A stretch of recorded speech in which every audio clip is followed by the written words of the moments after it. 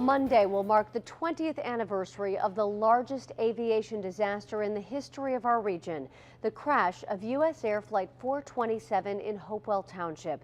But while the families of the victims still feel the loss, they also work to create change in the airline industry. KD investigator Andy Sheehan reports. 20 years ago, on a clear, cloudless September night, U.S. Air Flight 427 mysteriously fell from the sky upon its approach to Pittsburgh International, crashing in Hopewell Township, Beaver County, killing all on board. What caused the plane to pitch and roll and spin out of control would become the subject of the longest crash investigation in aviation history. It took 4 years, 2 public hearings, and thousands of investigative hours. But we were able to find the cause of that tragedy. The National Transportation Safety Board determined the crash to be the result of an out-of-control rudder caused by a defective valve.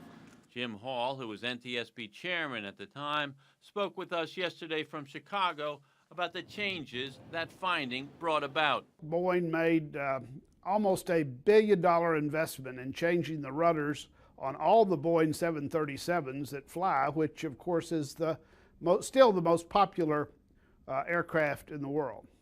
But above and beyond determining a cause, the families of the victims fought another battle, redressing the treatment they received from the airline in the aftermath of the crash.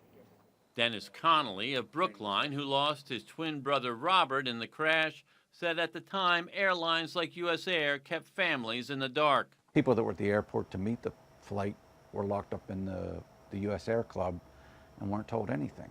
You know, what's going on? Nobody would say anything. They really didn't want you knowing what was going on, and they really didn't want you talking to each other. The families worked towards the writing and the eventual passage of the Aviation Disaster Family Assistance Act, which establishes airline notification policies and requires them to provide daily briefings and counseling for the families. Gave it all meaning.